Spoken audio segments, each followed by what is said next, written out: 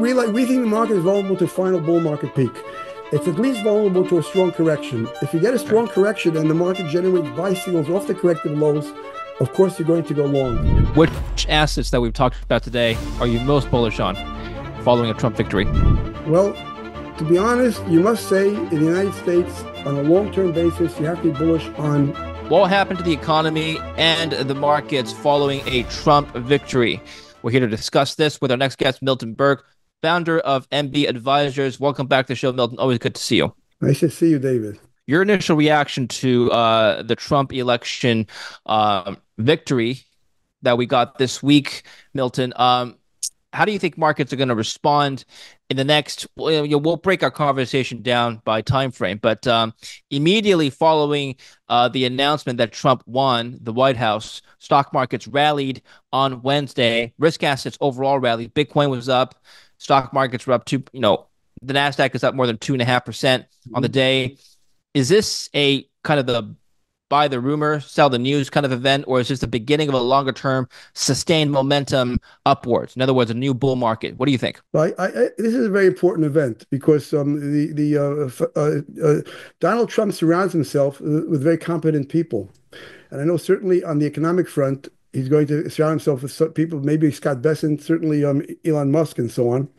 And he's more of a capitalist than a socialist. I go back to Ronald Reagan's time when at the Ronald Reagan election, the market boomed into the election. The day after the election, the market gained nearly 2%, gained for 9 of the next 10 days, and that was the bull market peak. You have a chart. You can show us this chart. Yeah, let me show you this chart. This chart is Ronald Reagan. You can see the market was rallying as it is now, making new highs. This is the day of the election, gained 1.77%, declined the next day, then gained 9 of the next 10 days to the final bull market peak. Now, it makes sense to have a final bull market peak when someone like Reagan gets elected or someone like Trump gets elected, because they're going to look towards austerity. They're not interested in just throwing money at the economy. Elon Musk is looking to cut government expenses, and by cut government expenses, by definition, government spending is reduced, and if government spending is reduced, by definition, again, you have a slowdown in the economy. On top of that, we have a much worse situation now than we had in the times of Ronald Reagan. Of course, in times of Ronald Reagan, there's a very huge deficit, and Reagan was running on cutting the deficit, but the debt to GDP ratio was way below 50% in that time. Now it's 120% on the balance sheet and 200% or plus off the balance sheet. So I think if Trump does his job, and that is to cut inflation, to bring austerity to the government, to get rid of a lot of the waste and incompetence that take place in government, that's enough of a reason to suggest a slowdown and possibly a stock market peak. Realize that if Trump is smart and his advisors are smart, they won't care about the economy for the first 2 years after the election. A president really would like to create all the problems he has to create during the first 2 years and hopefully grow out of it in the third and fourth year after the election. That's what Ronald Reagan did. I know at the end of 2 years, Reagan was very nervous about whether he'll be reelected again. He's thinking of resigning at the end of the term because the economy was weak. However, come 1982, 1983, the economy started booming again, the market started booming again, and Reagan won in a landslide. So I think, yes, it's going to be good for the long term to have someone like Trump in office. I think for the short term, it's very obvious and very logical for them to do all they can to slow down inflation, cut waste, which is not positive on the short term for the economy at all.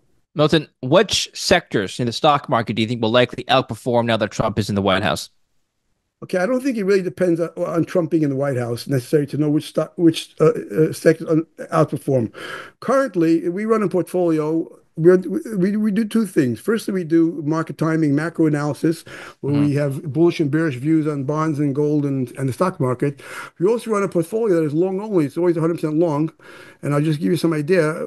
We always must be 100% long. We were into some of the market leaders early in the year, but we got out of stocks like a super microcomputer. Give you an example. If you can see the screen, we got out of Eli Lilly during the year, super microcomputer, Clean Harbors, United Rentals, Builders First Source, and so on.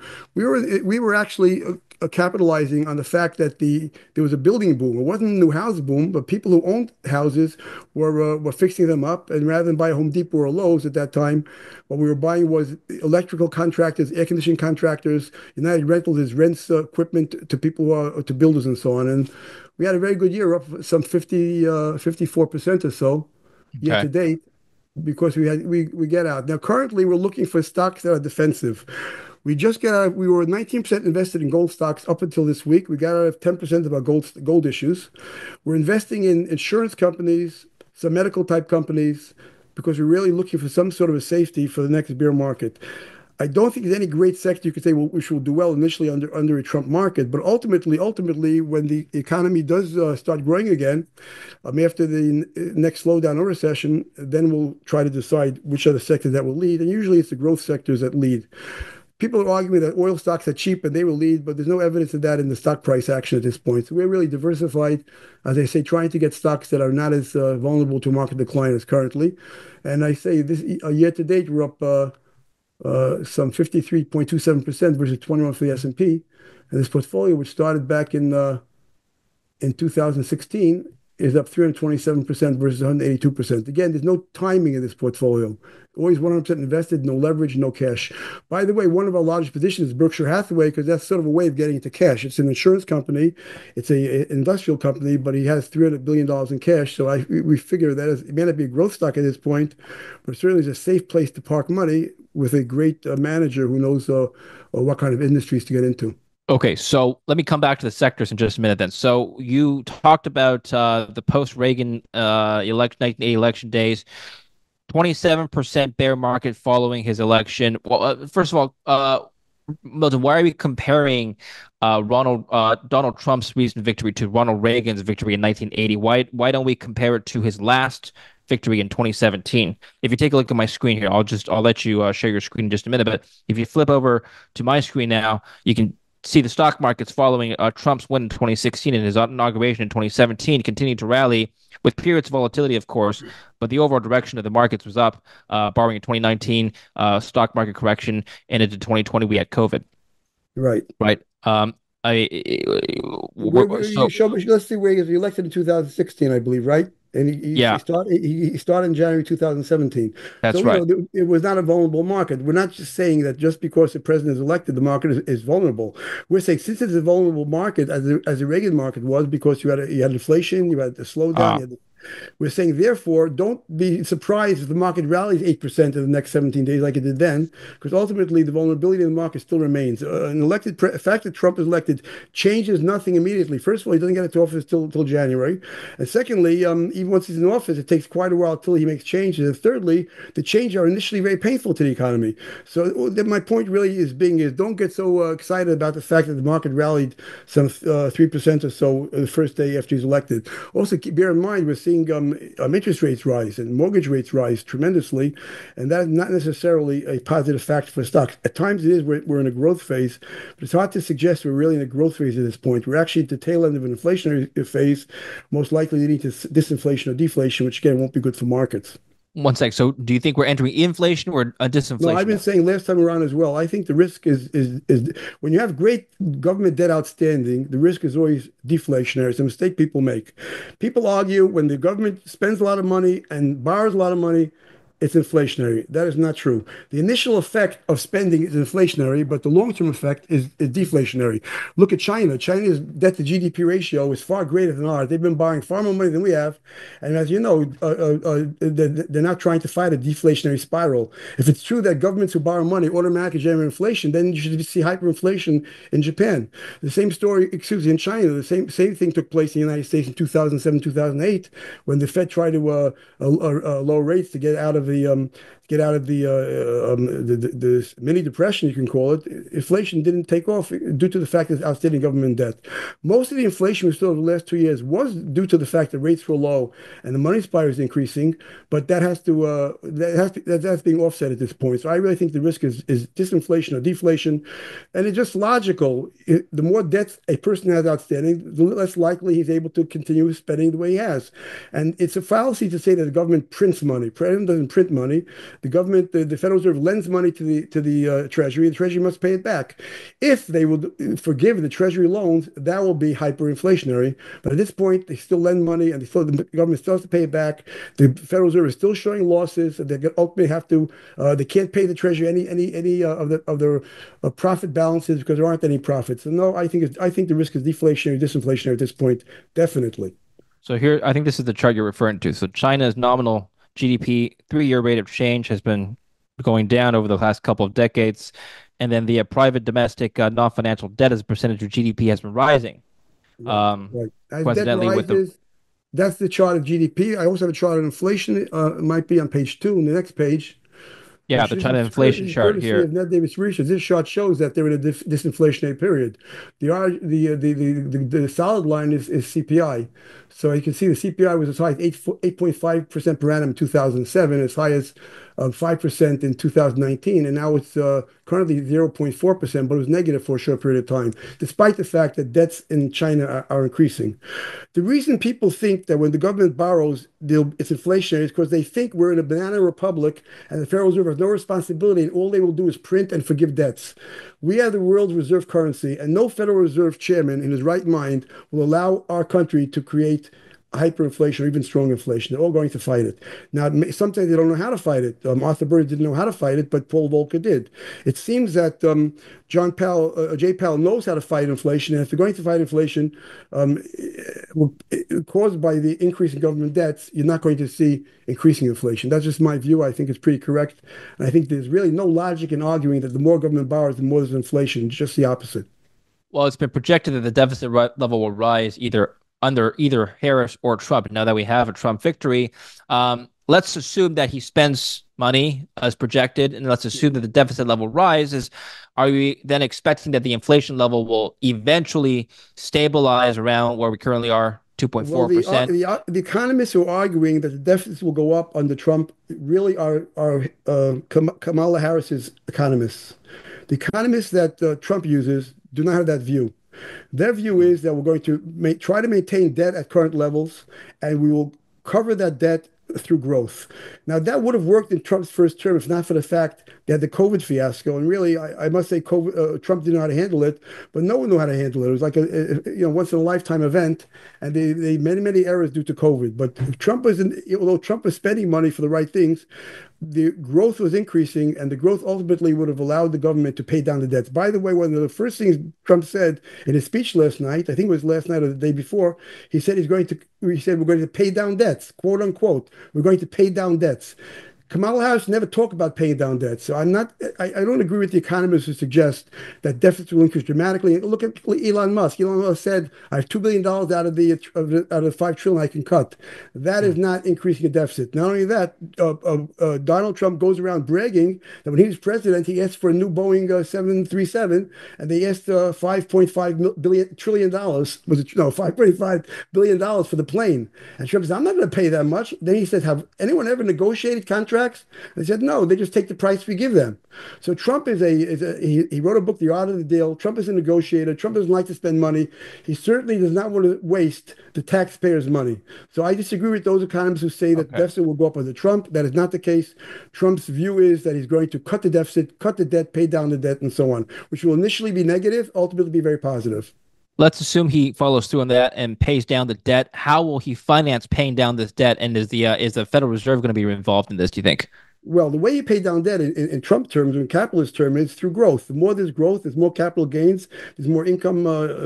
People earn more money, real money, and that's really how they did. If you look at the United States revenue sources, a good portion of the revenue sources is capital gains on stocks. Because we had a boom in stocks, and if you lower rates and you allow people to earn, it's been proven that when you lower rates, government receipts go up. If government receipts go up and spending remains flat, that itself allows you to pay down debts. Listen, I can't tell you exactly how it's going to happen, but I can tell you that the plan is not, Trump's plan is not to increase the debt of the United States. His plan is to pay down the debt, lower the debt, which again is initially disinflationary, but ultimately it's very, very positive for an economy. And I really think it's a mistake economists make. The economists who are claiming there's no difference between Trump and Harris were Harris's economists, not Trump's economists.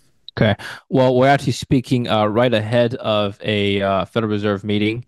So let's talk about what the Fed is going to do in the medium term. Quantitative easing, is that in the cards? Well, I hope it's not in the cards, because one of the reasons they stopped the inflation wasn't due to their raising of rates. It was more because of quantitative easing.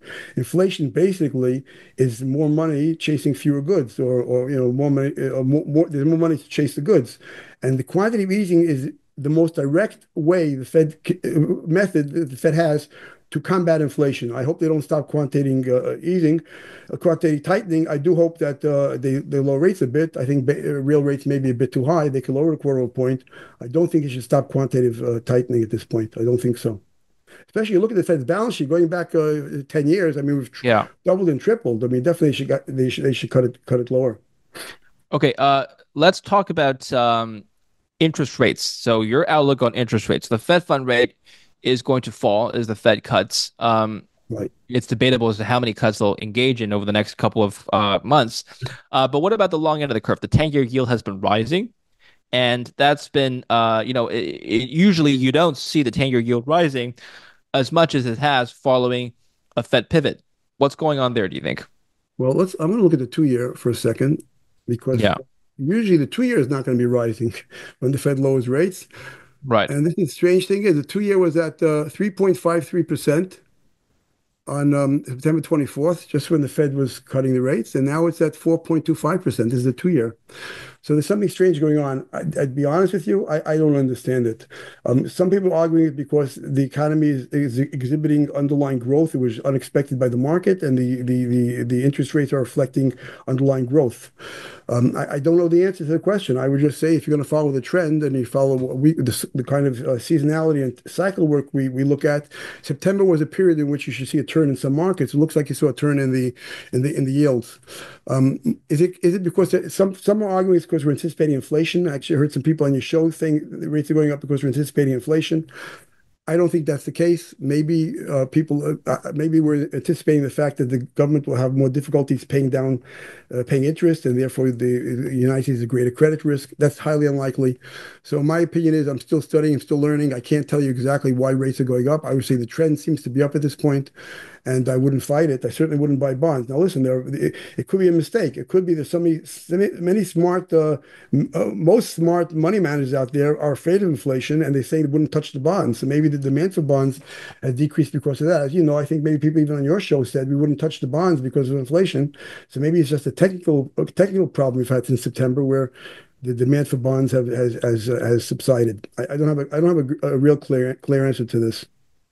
Let's take a look at the dollar then. So the dollar today, on Wednesday, went up a lot. The DXY went up a lot following the announcement that Trump won the White House. What is your outlook on the dollar, and is this move sustainable here? Well, the problem with the dollar is the dollar moves are only relative. The dollar is down some 98, 99% since the Federal Reserve was established in the early 1900s. So the dollar it's good relative to other currencies, but a dollar really is not a place to park your money. At least it hasn't been for the last century. So relative to other currencies, of course, the dollar is better. The United States is the greatest country in the world. The United States, if you get a president like Trump coming in, it's going to increase the value of the dollar. Plus, of course, an increasing dollar is suggesting that inflation will be declining. And then you have gold down today. It was down $80 earlier today, which is Yeah. also suggestive, possibly, that with Trump being elected, they might fight the inflation. As I say, the risk is not just lower inflation. The risk is disinflation, or somewhat deflation early in Trump's presidency. I wouldn't count that out. That might be reflected by the sharp decline in gold today, and by the sharp increase in the dollar today. Would you take trades on the bond market now following Trump's victory? Because let's assume that he's going to fight inflation. Well, the Fed doesn't have to cut as much. The Fed doesn't have to cut as much. Short end of the curve doesn't have to fall down as much. Maybe that's bullish or that maybe that's bearish rather. Maybe that's bearish for bonds for the treasuries. Well, bonds, since September 24th, bonds have been bearish. Bonds yields have been going up. On a macro basis, I would not touch the bonds. because disinflation won't be good for the bonds because the United States is a credit risk and real deflation, and inflation is not good for the bonds. On a technical basis, if I see a turn, a turn with rates coming down, I would buy the bonds. Right now, we're really out of the bonds. We're not recommending the bonds. We're neutral on bonds. I have to say Mhm. that I saw people suggesting that yields will go up when the Fed cuts rates, and I thought that made a lot of sense at the time. Yeah. But I wouldn't touch the bonds at this point either way, not short and not long. But that might Okay. change. But at this point, I have no real opinion on that. What about gold? Do you have an opinion on gold? You mentioned that. Yes, yes, yes, yes. We were 19% long gold stocks in our portfolio for over a year. We've done, years ago, I managed the largest gold, I think the largest gold fund in the United States in the 80s at Oppenheimer. I'm very familiar with gold, and I look at gold as basically being a commodity. I have a lot of things I'd like to show you about gold, and this Yes. might be fascinating to your clients. This is gold relative to CPI. See this chart, gold relative to CPI going back to 1915. As you can see, the red line on the bottom is showing the ratio of gold to CPI inflation. At the latest peak this month, gold basically matched its ratio to inflation back in at the 1980 peak, when gold declined dramatically after 1980. It declined from 850 to roughly 250 or so. So I think gold is certainly not a undervalued asset relative to inflation. So since half of gold's usages are not for monetary purposes, I think it's a combination between industrial usage and jewelry usages and so on. It's about 52% of gold usage. Gold is highly affected by the economy and highly affected by inflation. That's why gold tracks inflation. And I think that gold is no longer, not only is no longer undervalued, gold is very overvalued relative to inflation. It's historically overvalued. That's the reason to get out of gold. We actually cut our gold stock position from 19% to 9% this week.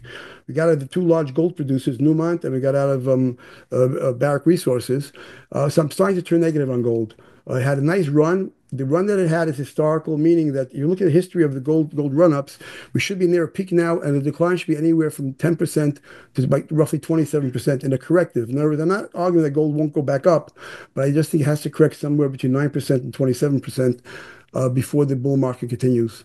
On the other hand, I want to show some fascinating charts. This is gold relative to CPI. The problem is people argue that the United States CPI is incorrect. It's been manipulated. It doesn't really tell you the true underlying inflation in the United States. There's a fellow named John Williams. His email is John Williams at ShadowStats. You can Google shadowstats.com. He was once a very famous economist years ago. People follow him. And he has what's called the alternative inflation. Based on his measure of inflation, gold is now fairly valued. That's this chart right over here. If you look, you don't look at the United States official CPI, use the ShadowStats alternate CPI, then gold just hit its fair value just now, just at the last peak. This is only through September. So through October, it hit its peak. And I think it could go much higher. In the past, it's gone above its inflationary peak. But those who want to be bullish on gold will argue that the CPI in the United States is not a correct reading. The actual CPI has been much higher, and therefore gold has more to go relative to CPI. That's my basic view on gold. And we shall see what happens. Silver, on the other hand, which has not traded the way gold is traded, silver is now fairly valued relative to even the United States CPI inflation. So I wouldn't say it's a buy. You want to buy these things when they're undervalued, but certainly not as risky. Silver certainly is not as risky as gold relative to historical inflation. Now, there's a Bitcoin aspect to this, and that is Bitcoin has no real underlying value. Its value is based on what people are willing to pay for it. To the extent that gold is a monetary asset, remember 50% of gold is industrial and jewelry. 52%. To the extent that 48% of the gold is central bank buying and investors buying, that has a Bitcoin aspect. It's worth whatever people want to pay for it. People want safety, they'll buy gold regardless of what the price is. It's not affected by inflation. So that's one of the reasons you see gold trading different than other commodities, where gold has these major spikes up because people are buying for its monetary value. But ultimately, what happens then is that people who own jewelry sell the gold to capitalize on the fact that the monetary aspect of gold has moved up. So it's sort of a hedging gold, it's certainly a balancing gold that prevents it from having the Bitcoin aspect and goes up to infinity simply because people are buying it. So in short, my answer is I was bullish on gold. I'm no longer as bullish. We're getting out of our gold stocks. I would have gotten out of all my gold stocks, but I can't find alternatives. I find every sector of the market I look at is either way overvalued or technically is not showing any evidence that it's going to be turning up. So we're in a sort of a limbo land. We want to lighten up our exposure to the stocks that made us all this money, but we don't find alternatives that we believe won't go down along with the market. So that's where we stand. the argument I've gotten from some commodities analysts that the new all-time high is in gold, and of course, with the gold stocks picking up from these highs, it's not a indicator of more bullish momentum to come. In other words, this is a strong momentum. We shouldn't be selling it into this Well, momentum. if people are arguing that there's momentum, I have momentum indicators on gold. I have actually gold hit some records. I think 15 out of 17 days, which sometimes takes place off a low and sometimes takes place into a final high. So my momentum measures aren't suggesting gold is going to go up. But again, I'm not going to discount the fact that it may go up. But due to the fact that I don't remember the exact rally, was it 40 or 45% off its lows of a year and a half ago?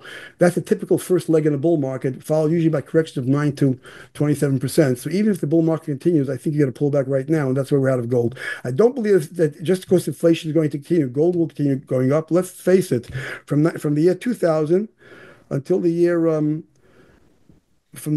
I think it's 2000 till no from 19 excuse me from 19 from the peak in the late 80s until 2000 low, inflation Yes. doubled and gold was cut in half.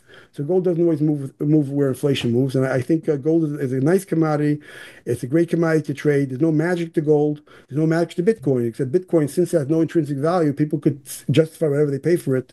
Gold has some intrinsic value, so you really can't justify a $40,000 an ounce gold or $60,000 or $70,000 ounce gold. You can justify a $70,000 price for a Bitcoin.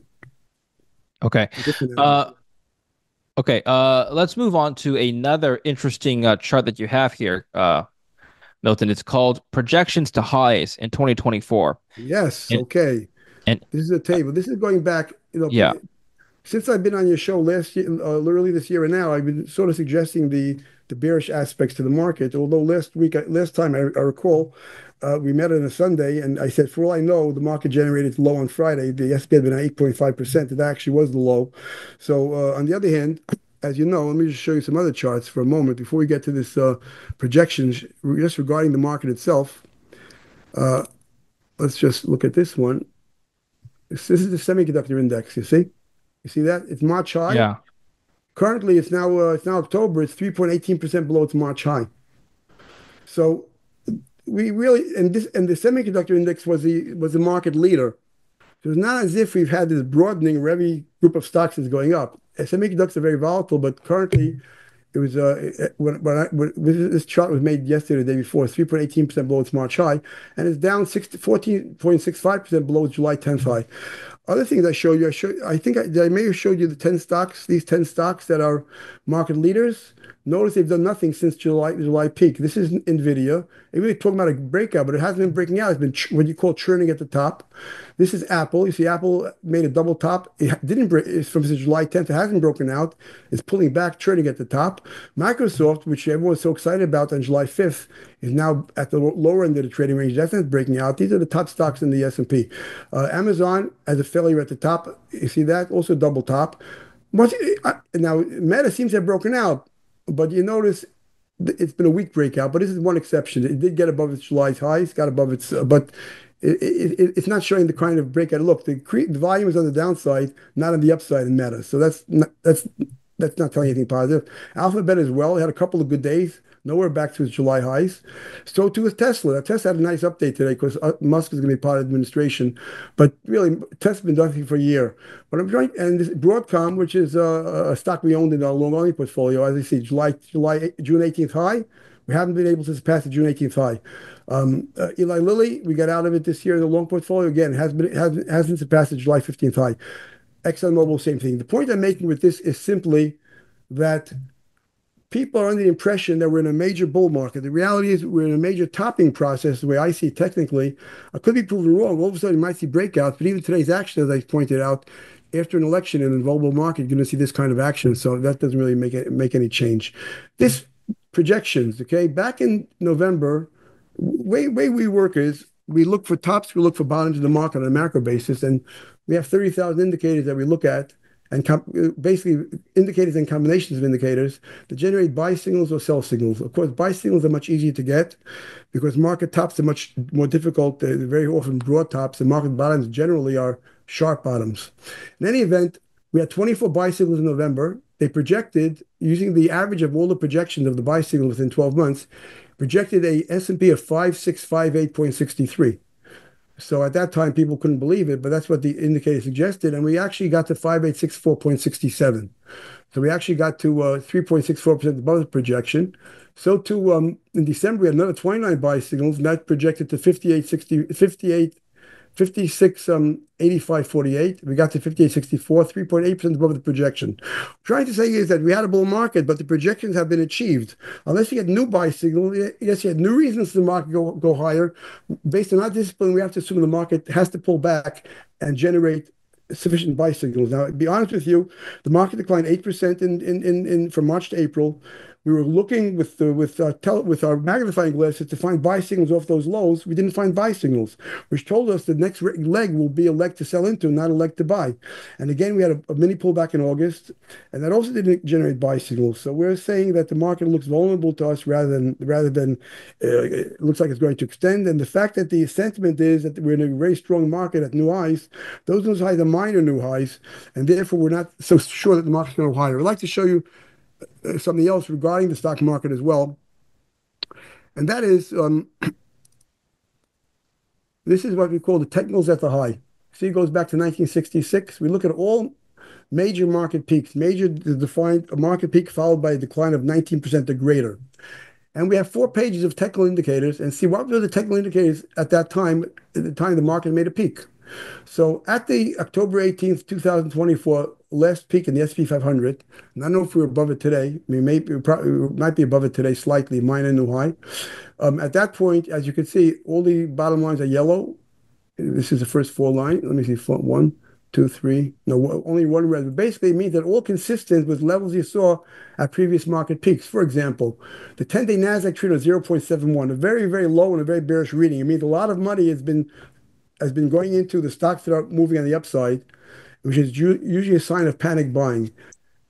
Historically, the median you'd see was 0.78 at a market peak.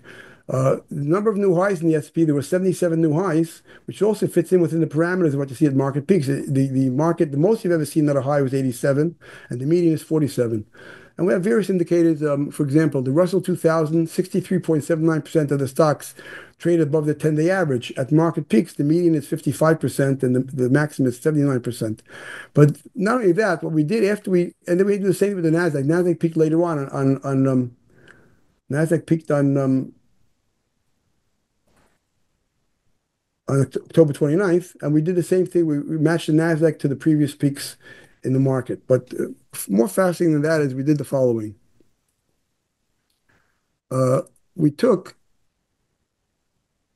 First we looked at the market made a high. The Nasdaq S&P made an all-time high on July 16th, made another all-time high on October 18th. We compared the technical indicators at the time it made a peak on October 18th to the peak it made in July 16th, and we saw what we call divergences. Let me give you an example. At the peak in July, the 10-day trend of the New York Stock Exchange is 1.12. 1.03 means more panic buying, more signs of a top, where we are now. Let's look at the advanced decline line. On July 16th, the 10-day advanced decline line in the S&P, in the New York Stock Exchange, was 1.84 over 1, almost a breath rust. In other words, at that high, there's a tremendous, tremendous upside breath relative to downside action. On the other hand, currently, it's only 1.19 over 1. Let's take another one. The number of new highs in the S&P 1500 at the July 16th peak, there are 369 highs in the 1500 stocks that comprise the S&P 1500. Now there are only 149. These are called negative divergences. So which is a sign of a double top. On October 18th, the S&P was fractionally above its July 16th high, yet the underlying indicators were weaker. That's one thing we looked at to suggest not to chase its market to the upside. But there's something else we looked at. This is October 18th. Okay, we took a list of what is it, 3, 6, 9, about 12 to 15 indicators that we said where were they? And this is technical data. Where were they on October 18th, the day the S&P made a high? 10-day New York Stock Exchange was 1.03. 25-day New York Stock was 0.94.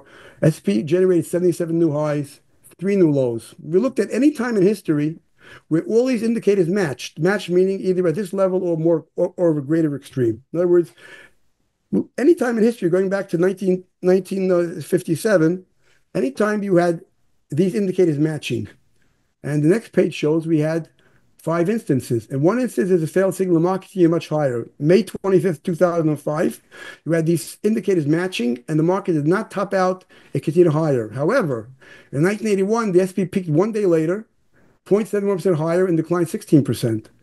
In 81, the NASDAQ gained for one day, gained 0.67%, declined 18%. Russell gained for 10 days, declined 17%. So basically, this is through yesterday. The S&P did not gain at all since October 18th, and and Russell did not gain since October 18th. Nasdaq gained for 7 days, gained 1.21%. So what we do is we track the current market relative to the stock market when the same indicator signaled, and this is also telling you a very, very vulnerable indicator. Now, as long as the market doesn't make major highs above the October 18th high, as long as it matches these medians or matches the extremes, which is in the S&P, I think the maximum gain you saw off a low was 0.83%. In Nasdaq, it was 4.47%. As long as within these parameters, we would expect the market to decline anywhere between well, we see over 14% and 32%. Median is 18.92%. This is one of the things that we look at in this instance. So that's something else. I Okay. hope I clarified this. It might be a little bit more than you're expecting to see. So are you?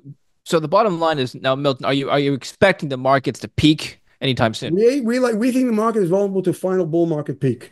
It's at least vulnerable to a strong correction. If you get a strong correction and the market generates buy signals off the corrective lows, of course you're going to go long.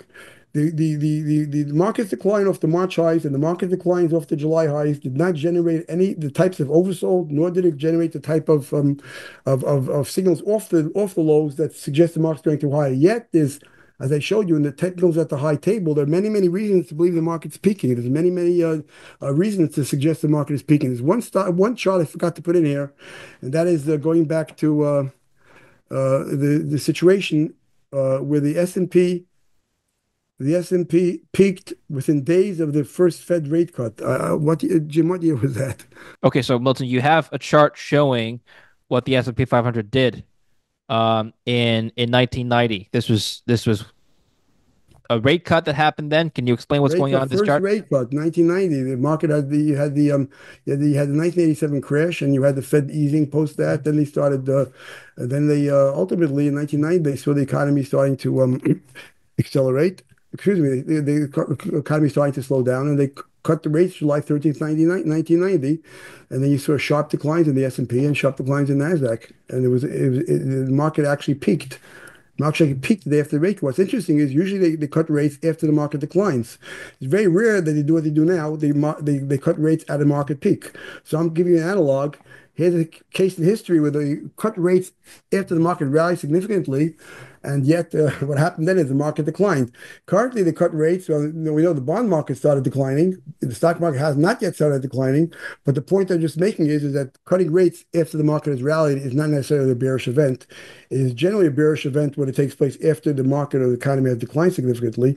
But in this case, with the stock market at highs, it's in a vulnerable market. A first rate cut isn't necessarily bullish, and thus far the market really hasn't done that much since the first rate cut. And I do point out this first rate cut did have a negative effect on bonds, has not yet had a negative effect on stocks. Finally, let's flip over to Bitcoin. I think I'd like to talk about Bitcoin and commodities for the next part of our interview now, Milton. Bitcoin rose to new all-time highs last night, or on the night of the election, rather. And the question is whether or not, again, this is just a buy the news kind of event because Trump won and Trump has been pro-Bitcoin in many ways. $74,000. It hasn't sustained above $75,000. What's your reading on Bitcoin? Well, my reading of Bitcoin is probably, I can't tell you it's worth that much, my reading of Bitcoin, because I can tell you I never understood Bitcoin. Bitcoin is a very speculative asset, and there's really no way to judge what it should be worth. Bitcoin can have the same functionality, meaning to use in transactions, whether it's trades for a penny or trades for 60, 70, $80,000. The value of Bitcoin is just an imaginary superficial value. It's really based on what people are willing to pay for it. A currency, I mean, you don't see currencies accelerating in price the way you see Bitcoin accelerating in price, which tells you that Bitcoin isn't acting as a currency. I was just saying, on a technical basis, I do think Bitcoin is overhyped. I think there are people who are convinced that Bitcoin can never go down in price. But on the other hand,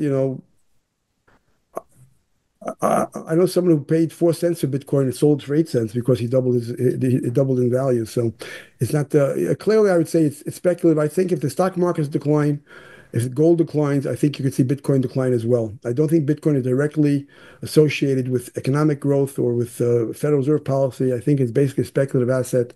It's very unique characteristics. The blockchain gives it some very unique characteristics, but there's no really intrinsic value. There's no way to measure. If it goes down from $75,000 to $25,000, no one can tell you there's something wrong with the asset. In other words, if gold goes down from $2,000 to $500, we'll say, wow, people are going to start buying it because for jewelry uses or the industrial users of gold will start stocking up, building inventory because it's cheap.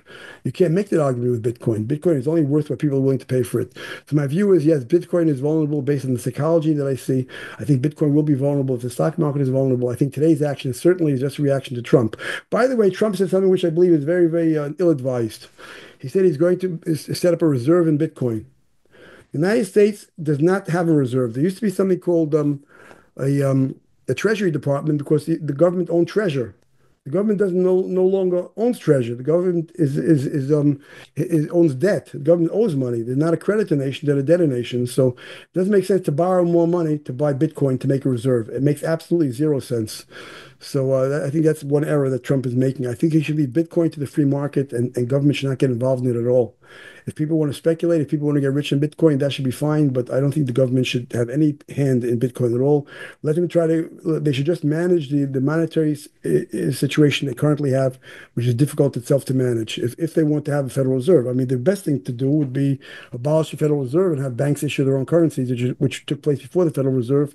Then you'll have competition, and you'll have probably more a currency that won't lose 99% of its values over a century. And commodities, which commodities do you think will specifically do well? I have a bit of a conundrum with commodities, and as I pointed out a little bit earlier, a gold relative to CPI is basically overvalued, as overvalued as it's always been, and gold really is basically a commodity. So that's one commodity that really is overvalued.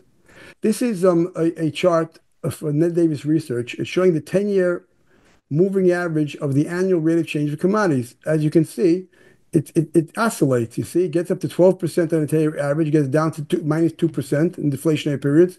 Currently at 3%. So based on this long-term chart, commodities have a long way to go to get back to a 10-year average rate of change of 12% per annum. So this would be a bullish chart for commodities, right? Obviously. The next page on the hinge is something pretty fascinating. This is also through Ned Davis research, and they're showing the secular bull and secular bear markets in commodities. The gray areas represent the secular bull markets. As you can see, we had a major bull market beginning in 2000, ending roughly in 2010. Then the market pulled back in a much shorter time than it usually does, and now it's back to a new high. They're still grading this as a secular bear market, but to me, it looks like it was a continuation of that bull market. It may be ending right. It may have ended a few months ago, as you can see in this chart. So the first chart shows you there's on a 10-year basis, we haven't reached the 10-year average rate of change that you get in commodities. On the other hand, on a long-term basis, this looks like a long-term uptrend that began in the year 2000 that really didn't end. It had a sharp correction and it came back up. And gold is reflecting that too, because gold bottomed in 2000. It shot up into 2011, corrected and churned for the next number of years. Now it shot up to new highs. So that's a reason to be negative on commodities. This is a long-term chart. This is my own chart, and this is my own chart of commodity, the CPI and the PPI relative to commodities.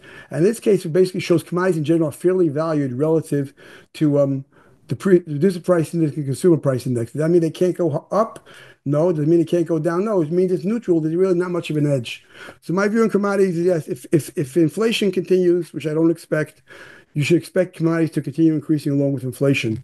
If I'm correct, and the risk due to the outstanding debts throughout the world, the risk is disinflation or deflationary, I do not see why commodities should rally. I know there are many smart people out there telling me to buy oil stocks, and they load up on oil stocks because they're cheap and the oil commodity is cheap. I will wait till I see evidence in the chart patterns. I don't see evidence in the chart pattern. For example, in this chart pattern here in commodities, if we break out above the highs you saw a couple of years ago on this chart, that might be a sign that the commodities will increase. But at this point, since it was at fair value relative to inflation, now you had a pullback. This is just normal action. I can't capitalize on it. That's my view about commodities. Final thoughts, Milton. Which assets that we've talked about today are you most bullish on following a Trump victory? Well, to be honest, you must say in the United States, on a long-term basis, you have to be bullish on capitalism as long as the people running the government are capitalists. When you're bullish on capitalism, it means you'll always be able to find businesses or companies that are going to utilize the free markets and generate gains. So throughout nearly every bear market in history, there have been sectors of the market that you're able to buy. So I say yes, for long-term investors, you really want to focus in the stock market.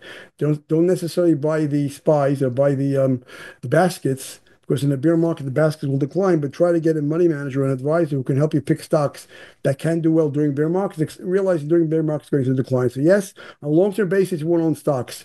On a short-term basis, currently, you really want to own cash. You don't want to own bonds because there's a risk of inflation or there's a risk there's a credit risk in the United States. You don't want to own stocks because we're topping here. If the top and we correct 15, 16, 17% and see a bottom, then you want to put your cash to work. But cash is really paying you enough money, what is it, 4, 5, 6% now to park your money in cash. I think Warren Buffett was one of the most astute investors in the last almost a century actually. He's put a record amount of his money in T-bills, and I think that's really the typical investor should do that, and just wait for the opportunity. Right now, there are no clear opportunities. I can't pound the table and say there's a clear opportunity to short the market. I will pound the table. There's a clear opportunity not to buy the market currently. There's really very little evidence that suggests that the market's going to be headed much higher. Even if it heads up another 8%, like it did after Reagan was elected, then it declined to 27%, and that might be the most likely scenario where we hold the highs for a while and then decline Yeah. some 15, 20, 25%. That's what I would say. I'm wondering if there's anything else I failed to discuss. Yes, something very important that I failed to discuss. If you have another minute, I'll bring it up. And then I say we trade based on indicators, but sometimes indicators fail. Are you able to see this table? Yes. Okay, in July 15th, day before that July 16th high, there was a major momentum surge in the market. The Russell 2000 was up 1.5% on that day. The Russell 2000 had gained 3% 2 days prior. And of all the 2,000 stocks in the Russell 2000, 90% are trading above the 10-day average. It's a very rare occurrence. It's called a momentum thrust. And it only happened in the past 5 times. As you can see, each time it happened, the market rallied to the S&P. The S&P rallied significantly with a median gain over the next 12 months of 22.30%. We actually went long at the July top and we got out quickly because the market didn't follow the pattern. What am I saying? 79 days later, we're only up 1.45%. The median gain was 11.35%. The smallest gain was 7.42%. We call this a failed signal. One of the benefits of having data is if the data, nothing works perfectly, but if you follow the data, you know when it's not working. More than that, we had a decline of 7.9% in 15 days. The greatest decline in the successful signal was 6% in 23 days. So we had to nix that signal. Then again, and these are the charts of the historical signals. This is our market relative to the others. Then we got another signal the next day, July 16th, which is the day at the top. And they say that was we call it the internal top for the market. The external top is taking place now. And here you saw 50% of issues in a broad market is not simply the S&P, but we have a broad index of big cap, small caps, and mid cap stocks. 55% closed on July 16th at a 30-day high. That has happened very rarely, only 8 times in the past. As you can see, the median return within 12 months is 29%. But again, since then, day 78, we're only up 0.80%. The median was 8.22%. The minimum we see was 3.27%. And we pulled back 8.49%, which is higher than 7 of the 8 previous instances. So again, told us this signal is not following the pattern it usually follows. These are the historical signals. This is the pattern. As you can see, we're way down there. We're not following the pattern you'd expect to follow. So we say that wasn't a great buy signal. The third signal we saw July 16th, and I'm trying to show what we do. We have data, gives us buy signals. Generally, they're right, but sometimes the signal is wrong and the market doesn't follow through. This was the Russell gained 1% for 4 days in a row. And the 7-day advanced decline line in a broad market index was 2.3 to 1. So you had two signs of momentum, the momentum in the Russell and the momentum in the broad market using the AD line. In this case, the median decline over the next 12 months is 23.74%. But again, we declined 8.49% in 14 days. It never declined more than 4%. And 78 days later, we're only up 0.8%. This is telling me that although people are talking about a broadening market, yes, in July 16th, I also thought there was a broadening market because you had the Russell making new highs, the S&P 600 moving new highs, the advanced declining was surging. But now we're looking at that as what you call the internal market peak, the momentum peak in the market. And now we're getting the external market peak where markets making higher highs on a low momentum, as I showed you in previous tables. So therefore, we're cautious. I'm not going to pound the table to go short. We're actually recommending to people to be short, to our institutional clients. Many of them are ignoring us. Many people are following us. But the point is, now is a vulnerable market. We cannot get long until we see evidence of buy signals. We do not have that at all. And I think the fact that Trump is going to be so good for the economy is a negative for the market over the short term. Reagan was great for the economy, but in order to do the great things he did, he had to first have some pain for 2 years. And we're going to have pain. Austerity and cutting government bloat is not bullish for stock markets initially. It's actually very bearish for stock markets initially. And paying down debt is bearish for stock markets initially. And I think that's going to take place. So the bullishness of Trump should play out 2 years from now, not necessarily immediately. That's my view. All right. Great. Good analysis. Thank you very much, Milton. I Appreciate hope it your was thoughts. good. Listen, I did preparation. Today's action threw me off. I didn't expect to see, a Russell up 4 or 5% in one day. But I hope it's okay. I hope Well, you think the Russell will outperform the large caps in the next quarter? No.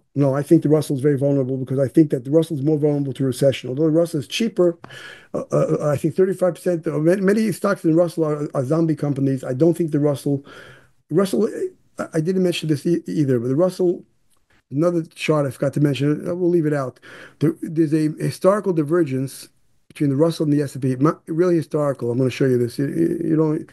This is no. That's not it. The historical divergences. Let me get it. Yeah, this is it. Look at this. Look at this. This is the Russell 2000. It's now 740 days since its last all-time high. The S&P made its all-time high on October 18th. Okay, 740 days. Now look at in the past when you saw such a long divergence. In 2020, it was a 366-day divergence. The Russell declined 41%. In 1990, there's a 193-day divergence. Russell declined 33%. So the fact that there's such a long-term divergence in the Russell between its all-time high to the S&P's all-time high is negative. Now, the Russell came close to making an all-time high today. Didn't quite do it, I believe.